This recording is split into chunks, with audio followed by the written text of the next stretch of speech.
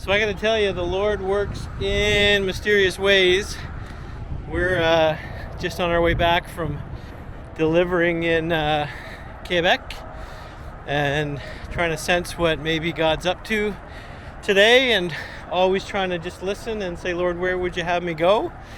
And pulled into a certain truck stop. Won't name any names, you might see it in the camera frame. But found myself walking across the parking lot because of the coolest hubcaps that I think I've seen on a truck. I need to get a hold of these, and as I'm walking along, what do I see but this? And so I am immediately captivated, and so came around the truck, checking out this very cool slope nose Peterbilt, way more aerodynamic than Big John, and saw some wonderful graphics on the truck and met a dear brother in the Lord. And so, hi Ron. Hello there. Would you do me the honor of telling me a little bit about what you're seeing God doing as you're driving this beautiful Peterbilt across North America? Well, working amongst the truckers is rather difficult. Amen to that. They are oftentimes not very open to talking about faith. Yeah. But then on occasion they do open up. Yeah. The graphics on my truck have drawn people to my truck, Yeah. and so that's helped open a lot of conversation.